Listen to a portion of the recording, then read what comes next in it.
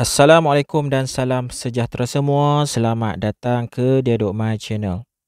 Dalam video ini saya akan tunjukkan kepada anda semua cara untuk kemaskini maklumat di dalam pangkalan data utama Padu. Untuk pengetahuan anda semua, saya buat video ini selepas saya dah daftar. Jadi kalau anda belum daftar lagi Padu ni, anda perlu daftar dahulu. Barulah anda boleh ikut video tutorial ini. Jadi kalau belum daftar, anda boleh tengok video cara pendaftaran di dalam video description. Untuk yang dah daftar, anda boleh terus log masuk. Anda boleh terus login masuk ke dalam sistem Padu. Okey, sebenarnya saya dah buat dua benda lah. Yang pertama, daftar ke aplikasi Padu. Kemudian kita buat verification kad pengenalan. Jadi make sure anda dah siap dua perkara tersebut. Barulah anda boleh follow video ini. Alright, bila kita dah login masuk, kita dah log masuk ke sistem Padu, kita akan dapat paparan seperti ini. Yang mana dia dah buat checklist kat situ. Maklumat asas, alamat pendidikan, isi rumah, pekerjaan, pendapatan, komitmen, bantuan dan last sekali perakuan. Dan kalau anda perasan di hujung bucu tu dia ada warna kuning dan juga warna hijau. Warna kuning tu dia letak simbol warning, manakala warna hijau tu dia letak tanda thumbs up, maksud kata data tu mungkin dah ada lah. Alright, kita perlu kemaskini data ni, jadi anda boleh mula dengan maklumat asas dahulu. So, selepas kita tekan pada maklumat asas, dia akan paparkan form ataupun pengisian untuk maklumat asas. Jadi kat sini pastikan anda isi semua maklumat yang ada tanda astrik warna merah, ada bintang kecil warna merah tu adalah bahagian ataupun ruangan yang perlu, yang wajib diisi. Jadi pastikan anda isi, okey? Cuma dalam video ni sebenarnya saya record screen dahulu, kemudian barulah saya buat voice over. Jadi dalam bahagian maklumat asas ni saya lupa nak edit, pesakit terlantar. Jadi anda boleh tengoklah di hujung video saya perlu edit semula, barulah saya boleh buat perakuan. Okey, kat bawah ni dia akan minta kita isi maklumat bank. Yang tu warna merah, astrik merah tu bermakna wajib diisi. Jadi anda perlu isi maklumat bank anda. Jadi anda pilih bank mana yang anda pakai. Contoh saya pakai Maybank, jadi saya pilih Maybank. Kemudian kita masukkan nombor akaun bank di dalam ruangan nombor akaun bank. Pastikan nombor akaun bank anda dimasukkan dengan betul. Pastikan anda semaklah 2-3 kali pun tak apa. Cek betul-betul. Jangan bagi silap. Saya pun tak pasti dia tak detect pula kan. Kalau ikutkan Padu ni dia ada buat kolaborasi dengan LHDN apa semua. Walaupun saya dah pernah isi maklumat bank ni untuk LHDN, tapi kat Padu ni dia tak detect. Maksud kata kita kena isi semula lah. Memang kena isi untuk Padu, kita kena isi maklumat bank kita. Pastikan akaun number bank betul. Selepas tekan simpan, kat bawah tu adalah e-wallet. E-wallet ataupun jenis e-dompet. Yang tu optional, tak isi pun tak apa. Kalau ikutkan lah, dia tak tulis, dia tak letak warna merah astrik tu kan. Kalau ada, kita masukkan sajalah. Contoh saya selalu pakai Touch and Go e-wallet. Yang ni dia suruh masukkan e-wallet yang selalu kita pakai. Kat situ ada banyak pilihan, jadi ada pilihlah e-wallet yang anda selalu pakai. Alright, kemudian lepas kita simpan, kita boleh proceed ke next kategori ataupun next step. Tekan pada seterusnya. Bila tekan seterusnya, dia akan masuk paparan alamat dan kediaman. Alamat kediaman ni anda perlu edit. Kalau alamat tu tak tepat, anda edit. Pastikan anda pilih jenis kediaman. Dan juga kalau sewa, anda perlu nyatakan berapa bayaran. Kalau beli pun sama lah. Contoh rumah saya duduk ni sewa lagi. Tekan seterusnya, dia akan buka paparan maklumat pendidikan. Okey, maklumat pendidikan ni pun saya tak pasti dia detect dari mana. Tapi kalau tak tepat, kita boleh edit. Anda tekan saja pada ikon edit di hujung di bawah bidang pengajian tu. Contoh saya dia detect kat sini sijil kemahiran khusus dan teknikal. Saya nak edit dan saya nak masukkan saya punya sijil tertinggi lah. Okey, kita pangkah sahaja kat situ. Kemudian kita pilih sijil tertinggi. Okey, lepas tu kita boleh scroll. Kat sini senarai dia banyak. Anda scroll, anda cari sijil tertinggi pendidikan anda lah. Contoh saya belajar sampai sarjana muda. Jadi saya pilih sarjana, ijazah sarjana muda. Yang ni ikut anda lah.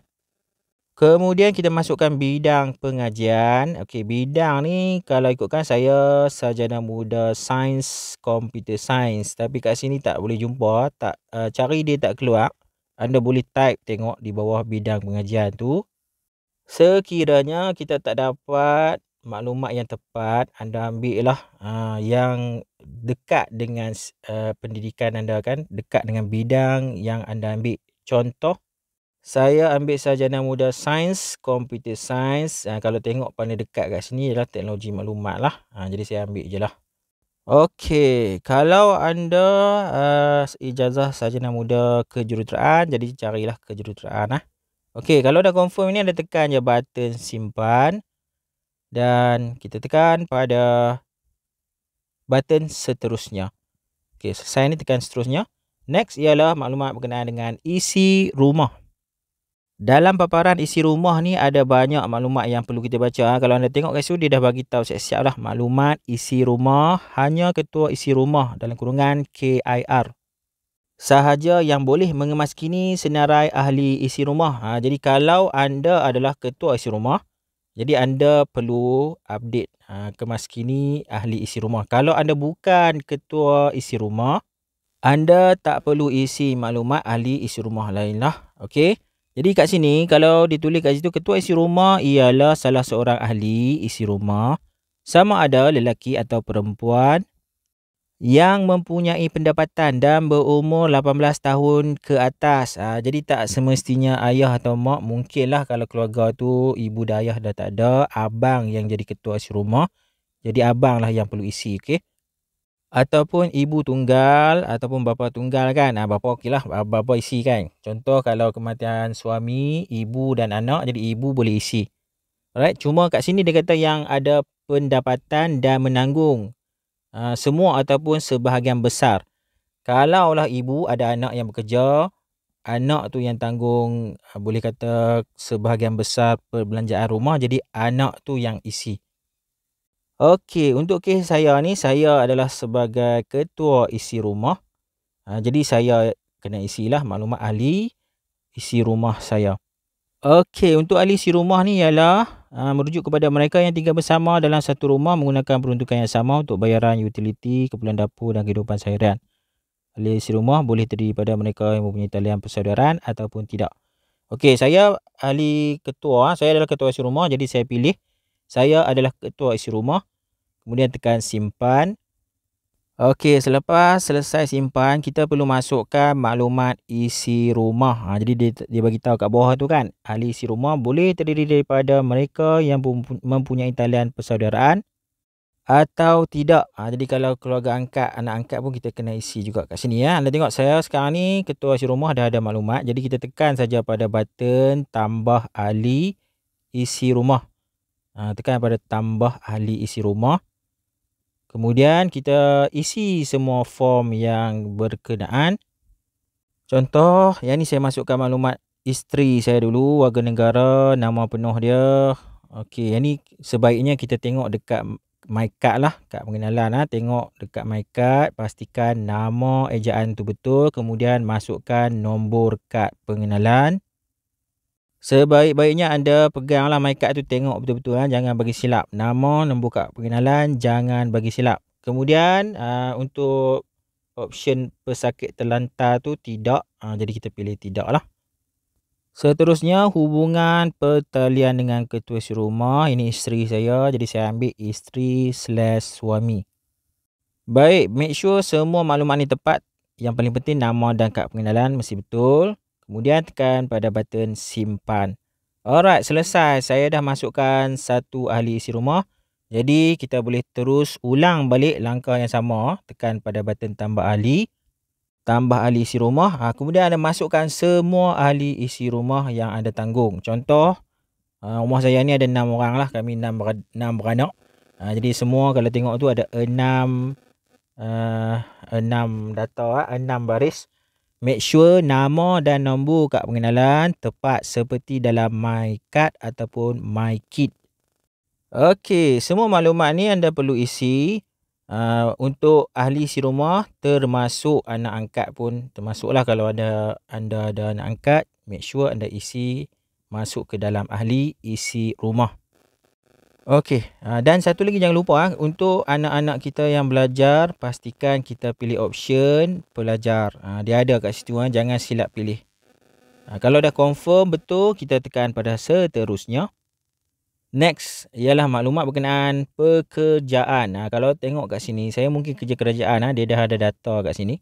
Cuma data tu kurang tepat, jadi saya perlu edit. Yang ni sebab saya kaki tangan kerajaan lah. Kalau anda tengok kat sini kosong, tiada maklumat, anda perlu tekan pada button tambah pekerjaan. Kemudian anda pilih status pekerjaan anda. Kalau anda kerja sendiri dan anda daftar syarikat, anda ambil bekerja sendiri berdaftar. Jadi kena masukkan maklumat nombor pendaftaran perniagaan kat sini. Kalau anda kerja sendiri, contohnya anda kerja kampung kan, anda tak daftar syarikat, anda ambil bekerja sendiri tidak berdaftar. Kalau anda tidak bekerja, contohnya anda menganggur kan, ambillah menganggur. Dan lain-lain tu ada kat situ, anda boleh pilih ikut status pekerjaan anda. Contoh, saya dah ada maklumat sebab saya adalah kaki tangan kerajaan, jadi saya hanya perlu edit sahaja maklumat pekerjaan saya ni. Jadi kita tekan je pada button edit di hujung kanan. Kalau anda belum ada maklumat pekerjaan ni, anda perlu tambah. Walaupun anda tak bekerja pun, anda tekan tambah pekerjaan. Tapi kalau tak bekerja, anda ambil lah menganggur ataupun tidak bekerja. Untuk yang bekerja, kita perlu update. Kita perlu kemaskini maklumat pekerjaan kita. Jadi anda perlu isi semua maklumat yang diperlukan. Kemudian tekan simpan. Kalau anda tekan simpan tak boleh, dia akan beritahulah error dia kat mana. Maklumat mana yang tak lengkap, anda perlu isi bagi lengkap dulu baru boleh simpan. Okey, selesai dengan maklumat pekerjaan, tekan pada seterusnya dan dia akan masuk pada menu ataupun paparan maklumat pendapatan. Yang ni anda tengok saja. Kalau ada pendapatan sampingan, anda boleh update di sini. Jadi kalau semua dah okey, anda tekan pada button seterusnya. Maklumat komitmen. Ini seterusnya maklumat komitmen. Komitmen ni komitmen bulanan. Dia akan paparkan macam-macam kat situ. Pinjaman perumahan, pinjaman kenderaan, pinjaman pendidikan. Kalau anda ada semua pinjaman-pinjaman ni, anda update kemaskini maklumat ni mengikut pinjaman anda buatlah. Contoh, saya ada pinjaman peribadi banyak juga. Jadi saya kemaskini pada bahagian pinjaman peribadi. Dan kena ingat yang ni adalah untuk pinjaman individu sahaja. Kalau kita buat perkongsian pinjaman, tak boleh update kat sini. Ini individu. Dia tulis kat situ atas nama individu. Alright, so saya ada pinjaman peribadi sahaja. Saya tak ada pinjaman kenderaan, tak ada pinjaman perumahan pun tak ada. Peribadi saja banyak sungguh. Jadi saya update kat sini lah. Okey, masukkan jumlah berapa bayaran bulanan. Yang ni adalah ruangan untuk jumlah bayaran bulanan. Jadi anda masukkan jumlah tersebut, kemudian tekan pada button simpan. Okey, kalau anda ada insurans apa semua tu, anda update lah. Jangan ikut saya. Saya cuma ada pinjaman peribadi sahaja. Jadi saya masuk kat ruangan pinjaman peribadi. Okey, bila selesai masukkan maklumat pinjaman, tekan pada seterusnya. Sekarang ni masuk ke maklumat bantuan kerajaan. Okey, kalau anda dah dapat bantuan kerajaan 12 bulan ke belakang, maksud kata tahun lepas lah 2023, anda tekan tambah bantuan dan anda isilah maklumat kat sini. Kes saya ni saya tak dapat bantuan, Imadani pun saya tak dapat, jadi saya kosongkan saja. So tekan saja pada seterusnya. Okey, pengesahan dan perakuan. Kalau tengok kat sini, yang hijau tu maksud kata dah lengkap lah. Yang merah tu belum lengkap. Macam saya kata tadi pada awal video, sebenarnya video ni saya record screen dahulu, kemudian barulah saya buat voice over. Jadi ada satu tetapan dekat maklumat asas tu saya tertinggal, iaitu pesakit terlantar. Maklumat berkenaan dengan pesakit terlantar. So kita boleh kembali kepada profil, kita nampaklah bahagian maklumat asas tu masih lagi status dia warning. Jadi saya perlu kemaskini balik, tekan balik pada maklumat asas. Scroll cari bahagian mana yang tertinggal. Pesakit terlantar saya tak isi. Jadi kena pilih, kalau tidak ambil tidak. Okey, ini saya record screen tadi.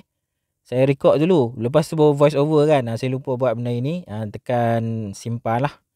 Alright. Bila kita tekan simpan, sekarang ni anda boleh tengok, anda boleh tekan seterusnya. Ataupun lepas tekan seterusnya, kita tekan balik kembali ke profile. Tekan balik kembali ke profile, dia akan buka balik inilah. Okey, dan kalau anda tengok sekarang ni semuanya dah menjadi hijau, dah okey, thumbs up, kecuali yang bawah sekali iaitu perakuan. Okey, kalau semuanya dah hijau, jadi barulah kita boleh buat perakuan. Tekan pada perakuan. Okey, kalau anda baca tu dia beritahu pengesahan dan perakuan data. Perakuan hanya boleh dibuat sekali sahaja. Jadi make sure kita semak betul-betul data kita, pastikan betul dan lengkap. Lengkap tak ada masalah lah, di hijau ni sebenarnya lengkap. Okey, tapi make sure betul, barulah kita buat perakuan. Okey, jadi kita tandakan pada kotak checkbox perakuan. Kat situ ditulis, saya mengaku bahawa maklumat yang diberikan adalah benar, dan bacalah sampai habis. Okey, kalau confirm tekan pada hantar perakuan, kemudian ditanya adakah anda pasti perakuan hanya boleh dibuat sekali saja. Kalau dah confirm, tekan pada ya, teruskan. Alright, selesai. Dia akan naik kat atas tu, perakuan telah dihantar. Perakuan telah berjaya dihantar. Okey, selesai dan kita akan dapat SMS daripada Padu, pengesahan perakuan profil anda telah diterima. So, selesai. Itulah dia cara macam mana nak kemaskini maklumat kita dalam sistem pangkalan data utama ataupun singkatan dia Padu. Okey, bagi anda yang belum lagi daftar, anda perlu buat pendaftaran dahulu. Jadi nak tengok macam mana nak daftar, saya dah buat video sebelum ni. Boleh tengok video tersebut dalam ruangan video description. Selepas daftar, anda buat dulu pengesahan identiti, pengesahan kad pengenalan, barulah anda follow video yang saya buat ni. Okey, so sampai di sini saja untuk video kali ini. Terima kasih semua kerana menonton. Jangan lupa subscribe channel Didomai. Semoga kita berjumpa lagi dalam video akan datang. Assalamualaikum. Bye-bye.